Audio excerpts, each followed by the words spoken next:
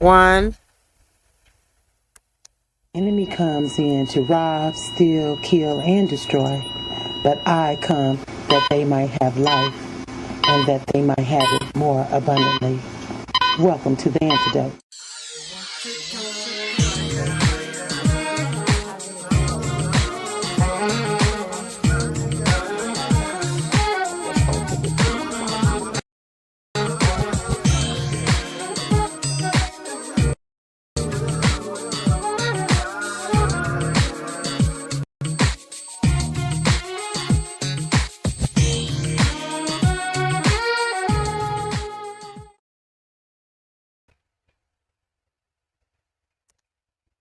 Hey, welcome to another edition of the Antidote Show. I'm your host, Michelle Brown. Now, y'all know I be having technical difficulties, child, but we are going to get the job done. I am outside today. Today is 80 degrees in Atlanta. You got to be kidding me. It feels so good out here. So I said, let me take it, outside. But, you in my living room, though, but we outside on the patio. Yeah, I love y'all so much. Thanks for tuning in to the Antidote Show. Hey, listen, thinking about outside, we have so much going on in our communities. And every time you turn on the TV or you turn on the news or just be out, there's always something about gun violence. I know that's a big problem here. It affects me personally, with what the things that I had to go through with some of my loved ones and defending themselves and things like that. Gun violence, I get it when it comes to self-defense, but just to go out here killing folks and all that, that's something totally different. So today I have a guest. This is a young lady. She has suffered a great loss to gun violence, and I'm gonna let her come on and tell you herself how gun violence has really turned her whole life around. And the only way we're going to overcome is by the blood of the Lamb and our testimony. So we have to give our testimony for those who have lost people to gun violence for any reason. A loss is a loss, who's to blame, because there's always sides to a story, right? But however, it's getting to the point where we're losing so many people. So my sister, she's going to come forth in her own way, and she's going to give her testimony on how she's gone through hurt from gun violence. So without further ado, welcome to the stage, Miss Amy Barnes. Hey, Amy. Thank you. How are you today? I'm doing great today. Thank you for the invitation. Well, you look good. You look good out here on my patio. Okay. Thank you. Girl, we moving on up. Hey, you know what I'm saying? Thank you for allowing me to come on and talk with you. You are so worth it. You are so worth it. So, Amy, I know that you've gone through, we've been sitting on other panels before, and I just wanted to get a more in-depth view of your total testimony, because I only got to hear part of it, and I know that you have gone through a great loss, and I'm gonna allow you to let my audience know. But tell me what your loss was to gun violence. Tell me what led up to it. When did it just give me your story. Give me your story. Yes, ma'am. Thank you. So my son, Christopher Jamal Barber, he was 28 years old, and my only son and my firstborn. And so this happened in 2018. And so I'll go back to the summer of 2018, back in June. So my dad had back surgery. And from that back surgery, he contracted sepsis in his bloodstream. And so he was placed in the hospital. He spent 30 days in the hospital. So the entire month of July, he was there in the hospital. And me being the oldest child, and my sister and my brother, they had to work. And I've been on disability, Michelle, since I believe 24 years old. I've had two back surgeries. And so I had those at 24 within 6 months of each other. And so I've been on disability since that time. And and my dad, he didn't have a wife, and so I would, be there at the hospital with my dad. My mom, she had a knee replacement, and so I would have to go from DeKalb County to Henry County to trying to, take care of both of them, try to get her to, therapy in DeKalb County, go back to the hospital in Henry County and, be with him, every day. So I stayed there in the hospital, with my dad so that my sister and brother could go to work. And my dad, he didn't understand a lot of what was going on, and so I would be there to talk with the doctors and just to know what was going on. So I spent nearly 30 days and nights there in the hospital with my dad. And so my dad, he passed away on July 28th, and we buried him on August the 3rd. Well, maybe about 2 weeks after, my youngest daughter, she came to me one morning before she got ready to go to work at Six Flags on a Saturday morning.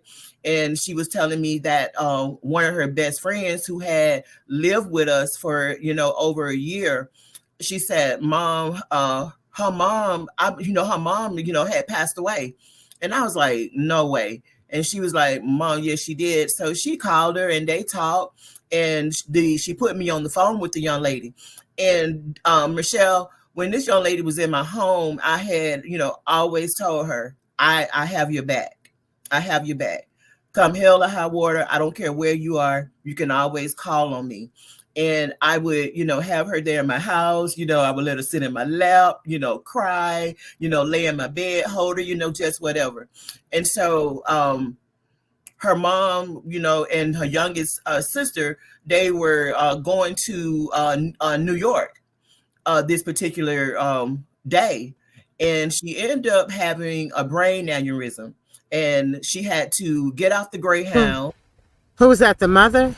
Yes, the mother. The mother had you're telling me how the mother Yes, passed ma'am. away was through a Yes, brain ma'am. aneurysm. Yes, ma'am. So the mother, she had a brain aneurysm. She ended up passing away, and that left this young lady and her two sisters with no one to care for them.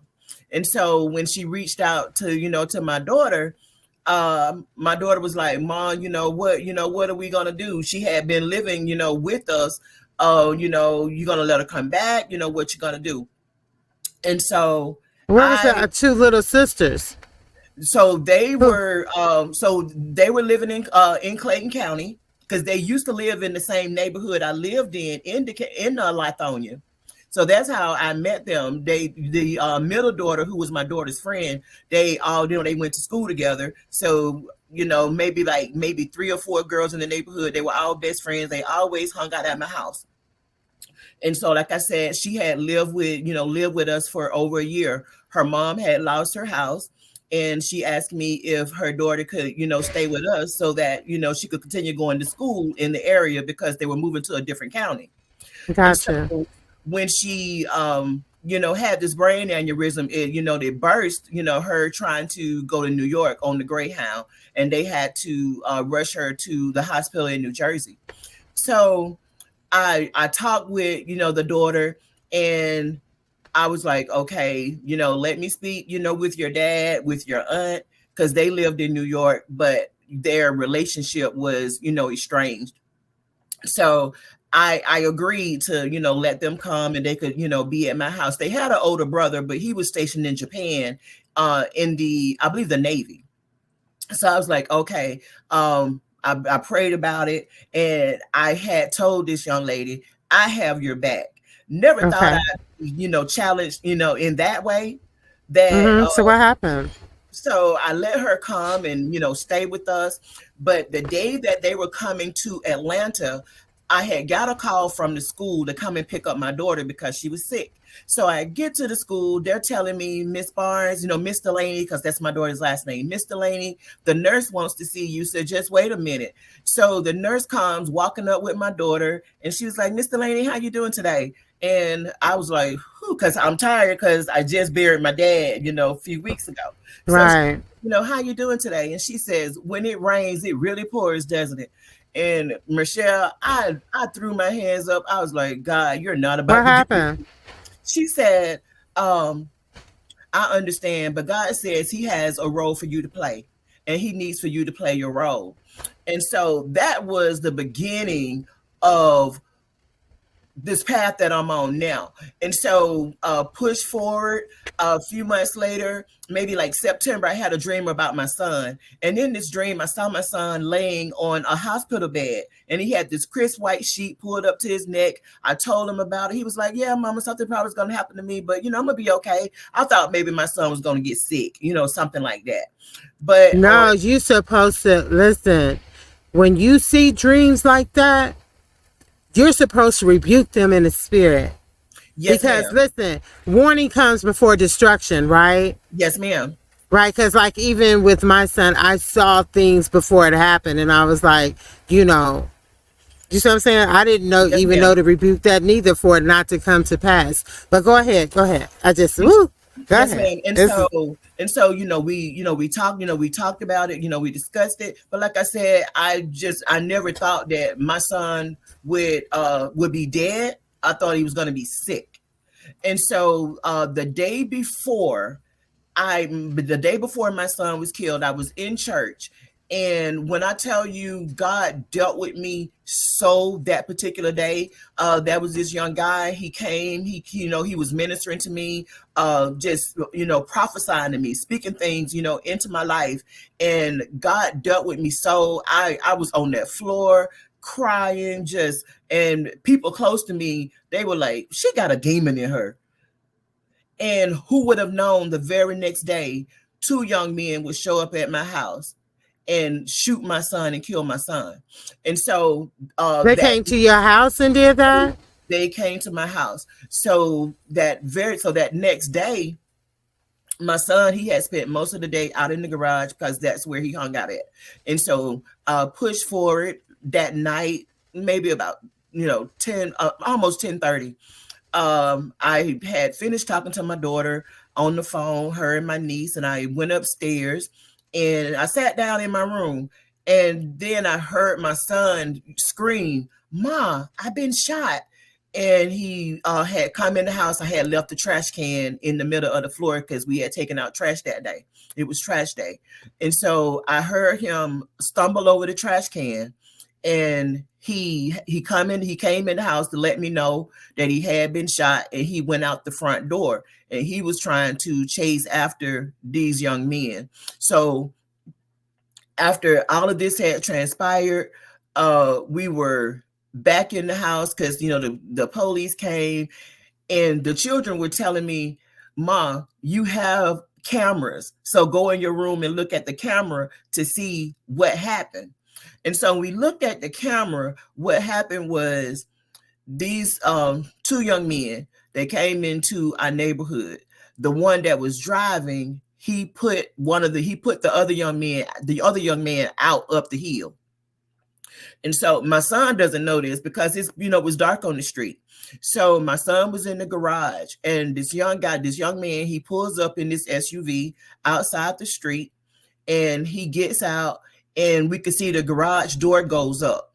So that suggests to me that my son was expecting whoever came to the house. So they had to have reached out to him on the phone. We found out later that they had reached him by WhatsApp.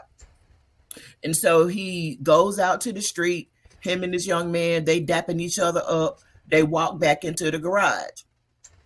So they stay in the garage for a few moments. My son walked the young man, back out to the street. And when the guy, went over to the driver's side to get in the car, my son walked back towards the garage, but he didn't let the garage door down because he's waiting for this young man to leave. Well, when my son walked back, this other young man is walking down the street in the dark, but my son can't see him. And so on the camera, we can see the guy that my son did have the interaction with. We can see him pass this young man a gun. So the young man that was walking down the street, he kept walking, he got the gun, he kept walking past the vehicle. And then once he got in front of the next door neighbor's house, he, ran over into their yard on the side of my house, and he just, stood there. And the young man that my son had been talking to, he walked back towards the garage as if he had forgotten to tell my son something or forgot to get something. Like and so he ambushed him. And they ambushed him. And they shot him in his side. And so when my son, yelled for me, I, ran downstairs, ran out the door. I was, screaming for him. And like I said, it was dark, on our street, but I could see him. He was trying to run down the street, but then I think he realized that he was hurt, real bad. And so he turned around, tried to come back to where I was, and he fell down in the street. And so I went to him, trying to get him up out the street. I was able to get him up and get him over into the neighbor's yard next door, and had him to lay down, and I called 911. And so they were asking, do you know who they were? Do you know who they were? He was saying he didn't know, their names or whatever. And so the young lady, the oldest young lady that I allowed to come and stay with me, remember the 3 daughters. So she came up in a car, and she, the car, they put her out exactly where I was, which was kind of strange to me. But at that moment, I can't even focus on that. And so later, after, the police come, the ambulance come, they, got my son, took my son to the hospital. But of course, I can't go because I'm a witness, so I have to remain at home. Right. And so, we go through all of that. When I finally get to the hospital, exactly how I saw my son in the dream is what I saw when I got to the hospital.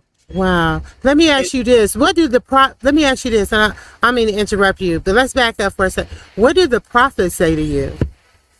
So he was telling me that I hadn't made a mistake.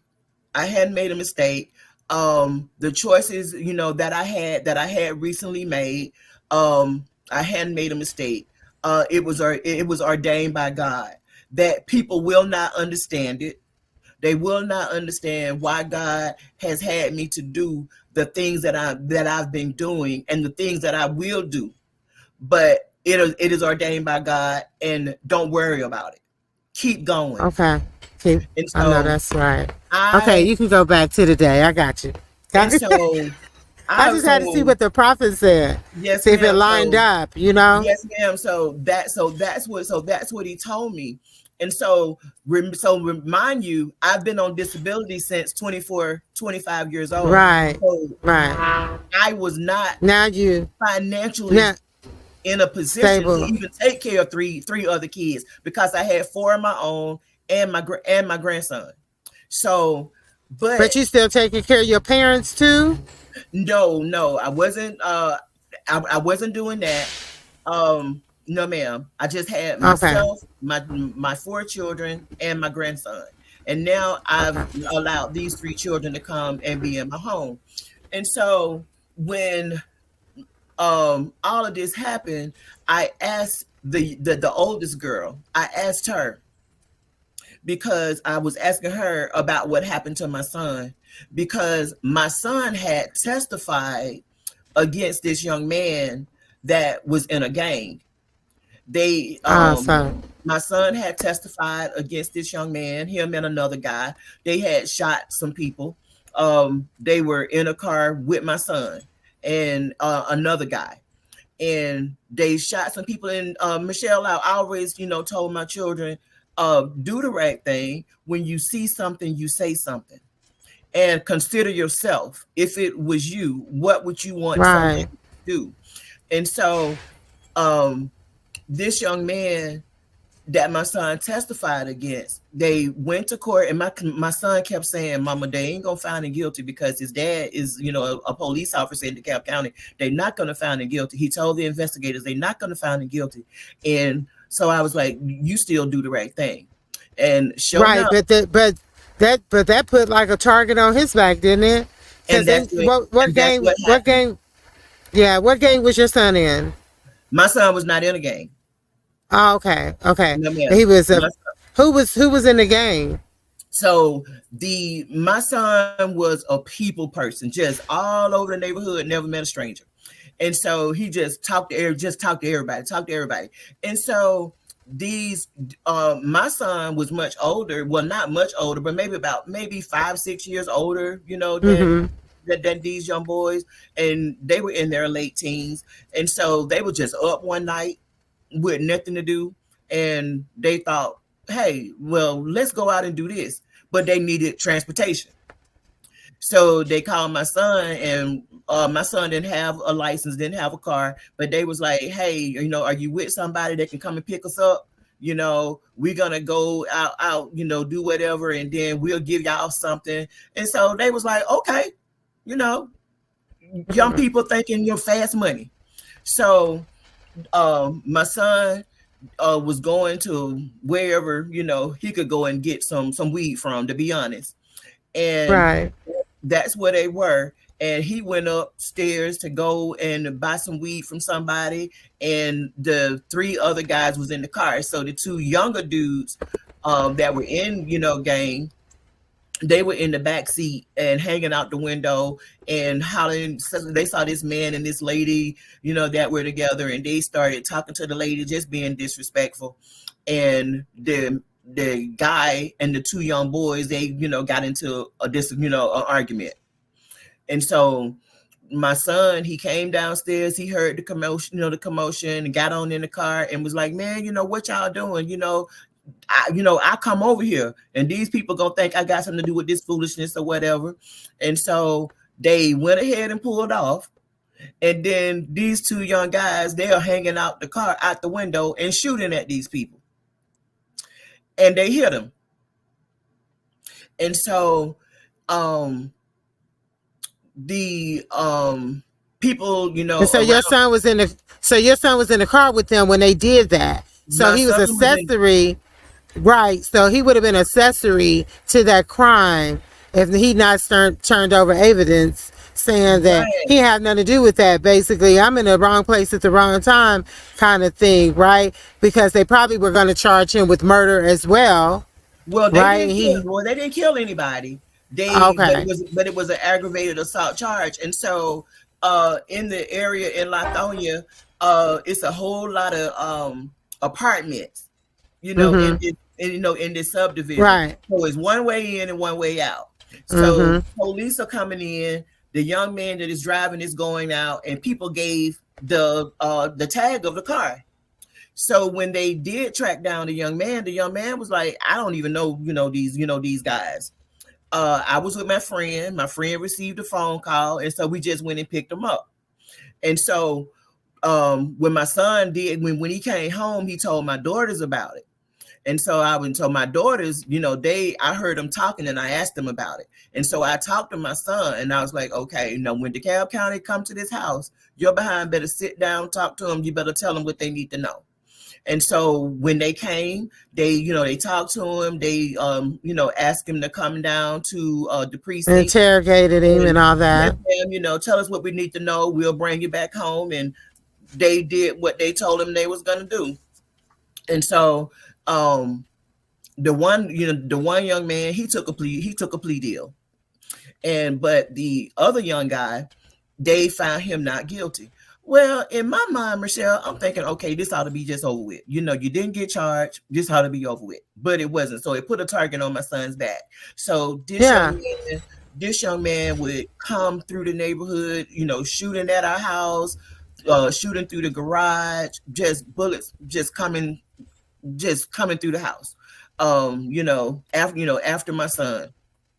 I remember one time I was taking my mom to Atlantic Station to an appointment, and he saw early in the morning, and he saw me and my mom leaving the neighborhood, and he followed us from our house all the way out to 20. And then I got out there and I lost his behind, on 20. I had to get off. So let me ask you this. Why didn't y'all go into protective custody? Because they should have known if he was dealing with gang members and he was dealing with all these people, and he should have known not to trust nobody, right? Why they didn't put y'all in protective custody and move y'all from at least that house? or that area. No one ever mentioned protective custody.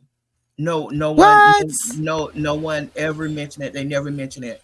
And so we went through that. But this young man, he ended up in a very, very serious motorcycle accident in DeKalb County. And I think about maybe 4 or 5 cars, they hit him. And so then he died. And then the other young men, they took up the vendetta against my son because What? the young man that he testified, he's dead now from this motorcycle accident and being hit by several cars. So he's dead. But the other young men, they took up this vendetta against my son. And And so, those were the ones that came after your son? right. And Those so were the when one. Right. And so when I go back and I'm asking the young lady, the oldest young lady that I'm letting live in my home, I'm asking her, um, what do you know? She and this other young man, they would be at my house every day, every day. I would go to pick up my niece from school every day, take my daughter to work Monday through Thursday. She worked from 6 to 4 at Walmart in Fulton Industrial. So I would leave out of the house every day. I would see these two people sitting in my garage playing cards with my son. On the weekend, they would be in the garage playing cards with my son and my daughter. So now that this has happened to my son, where's the other young man? And I'm like, what's his name? Where does he live? And she don't know nothing. She don't know. She can't remember nothing. So I was like, okay. So I'm starting to piece stuff together. It's not making any sense. And I didn't know that she was a part of this gang too. She affiliated, with them. I didn't know that before I let her come and live in my house. And so we push forward. I'm starting to put, different pieces together. So I was like, you have to leave, you have to leave my home. I can't let you continue to stay here. You have to leave. And at that same time, I was going through the process with DFACS, during foster care, going to court, trying to keep the kids out of foster care. But the oldest one, you're gonna have to leave. And so I continued to do what I needed to do for them, trying to, funeralize my son. And then after, burying my son, still going, through the process of trying to take care of my family and trying to take care of these children. And we'll fast forward. So at this point, you have 6 kids in your home. Yes, You ma'am. still have the two. You have those 3 and your 3 I have after those, your son. because I think maybe the day after I buried my son, I told her she was gonna have to leave. She had to leave. She could no longer stay. Where was the other 2 girls? The other 2 girls, they remained in my home. They remained in my Okay. home. I was still committed to doing what I said I would do. And they didn't have a place to go. So it was either me or foster care. And the oldest one, well, the middle one, who's my daughter, one of my daughter's best friends, they were like in the I think 11th grade at the time. And then the youngest daughter, she was 10 years old. And so I was like, okay, I could see them, being separated, so I, did what I needed to do to try to, keep them out of the foster care system. But now, I'm going forward and I was like, okay, God, I can't believe that I am taking care of another mother's child, a mother who had a brain aneurysm. She passed away and she didn't have anybody to take care of her children. And I'm taking care of her children. And then you allow someone to come to my house and kill my child. Wow. And how do I continue to get up and take care of these children knowing that I've had to bury my own? Right. I And know that so, was very hard. How did you do that? Was it all God? Did you seek out counseling? What did you do? Because I don't see any you time in there with six children. How did that work? well, ma'am, at that time, I did go to counseling because I had started going to counseling after my dad passed because there were some things, going on, in my family as a result of my dad passing. So I had already been going, because of that. But then life got so busy that I couldn't even continue to go to counseling. So after my son was murdered and I'm still trying to take care of these kids, all I have to rely on now is the Holy Spirit. All I have to rely on now is my foundational teaching, what I know about God. And I've had Right. um my former pastor, it was different prophecies that he had given me, dreams that God had shown me. Those things begin to replay in my memory, and so those things help me to hold on. The scriptures help me to hold on. And so my daughter, she was going to high school, and she was come home, and one day she came home, and one of the neighbors were calling, and they had these young men, they were in the neighborhood and following her. And even at the school, one of the young men had told her, they told me to watch you, and just trying to find out what it is that we know. And of course, she was going around. She was what, 16 years old. Wh- They So wait a she, minute. They told the little girl my for youngest some. daughter, my Oh youngest yeah, daughter. yeah. They told me Mhm. to watch you. Yes, yes. She had a guy in her classroom that he was a part of their gang. And so he said, he told her, they told me to watch you. And so she came back and, she told me, and they had even, been following her in the neighborhood after she got off the bus one day. And so Yeah, I was gonna say, why didn't y'all move from that neighborhood after that happened? Or, you because know, I didn't I have couldn't any do other, it. I didn't have any other, place to go.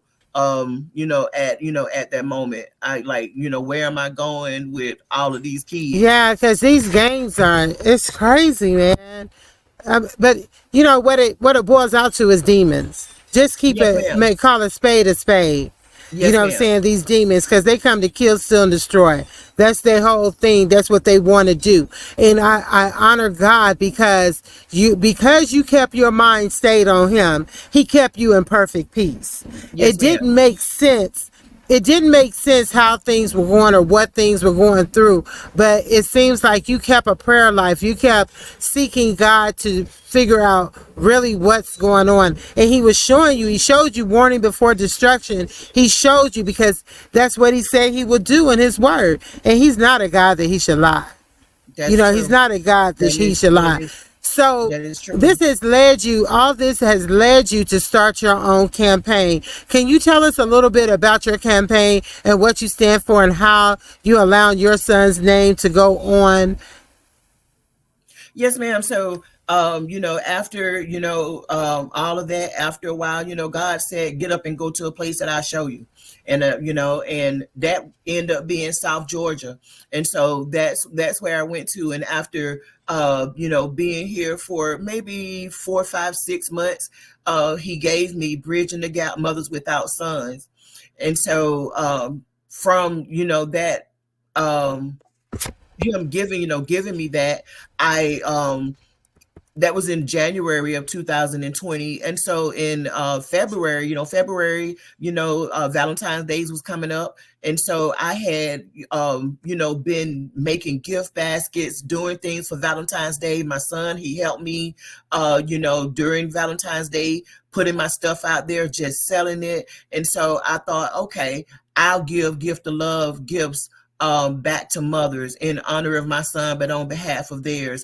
And so it kind of started, right there, giving Gift of Love, back, to mothers, showing up for them, because their sons can, their sons cannot, their daughters, cannot.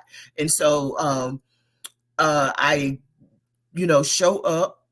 I never call a mother, myself. I never call a family myself. There's always someone that puts An me advocate.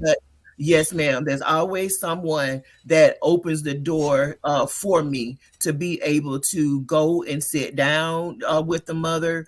Most of the mothers that I've come in contact with, that I've spoken with, that I've gifted gift of love gifts to, I have sat in their homes and, talked with them, the majority of them. I have a photo album that has all the young men, because all of them that I spoke with, they've been young men. And the youngest, I believe, are like 14 years old, which is, just really sad. But And these are all young men of color. These I have two that are Caucasian that are in my book, but the others, they are young men of color. They're young men. So how do we turn that around, like from 2 to say even 10, right? 2 to 20. How do we turn this around as a community to get these guns off the streets, to stop the hurt of the parent? I thank you, Holy Spirit. He said he's the way. He's the antidote to that. God said he's the antidote to that. People have to come up to him and get a dose of him to understand that death, murder is an abomination, it's a sin. These demons that they're operating in, negative vibes, hostile people, unforgiving people, sick people, right? That's it. Because tell them how to get in touch with you, because we run into our end time. But tell them how to get in touch with you, and what we'll do, we'll have a part 2, right? Okay, that's a fine. Part 2 of where you're going, what you're doing, what all that you're doing. But we know you got Bridge the Gap, and you're giving away the gifts of love, right, through your is this your nonprofit, or you just through my nonprofit? Through your nonprofit. Yes, ma'am. Okay. Yes, ma'am. And so the contact information, that is it on the bottom of the screen, Michelle? Yes, ma'am. Yes, my ma'am. phone number, 229-603-6197. You can also send an email, that is motherswithoutsons@gmail.com. And so Michelle is not just about a gift of love, gift baskets. There are several other things that God has placed in my heart to do, programs that I would like to implement, because there is a aftermath of things that mothers, families incur after the gun violence, after burying their sons and their daughters. There's an aftermath, after that. There are lots of other things that happen, in your life after that. And so that is where I come in to help bridge the gap, to help provide those resources, because there is a before your life before gun violence happened, and then after gun violence happens, Michelle, you are somebody totally different. And right. So somebody to help you navigate. Somebody to help you navigate. I got you. So what we're gonna do a part 2 of that. We're gonna do a part 2, and we're gonna get with you and do that next 30 minutes of this show on a part 2, and we're gonna talk about that. All right. So guys, thank you for tuning into the Antidote Show. Thank you, Miss Amy Barnes, for coming on to the show. And we're going to talk about this thing. We're really going to talk about this because we want to know her triumph behind it. So I'm giving you a cliffhanger because she got more to come. But we're going to come back another day and do that, Amy, and have that part 2. Let's see how many people would love to hear more about this gun violence, because we got to get a hold of it. But at the end of the day, remember, God is the antidote. And get it out. Yes. God bless you.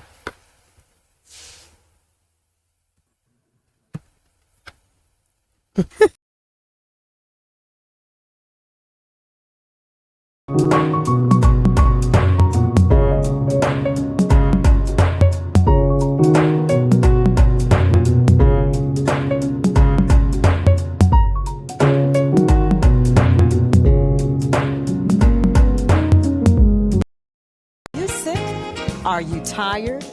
Are you feeling down?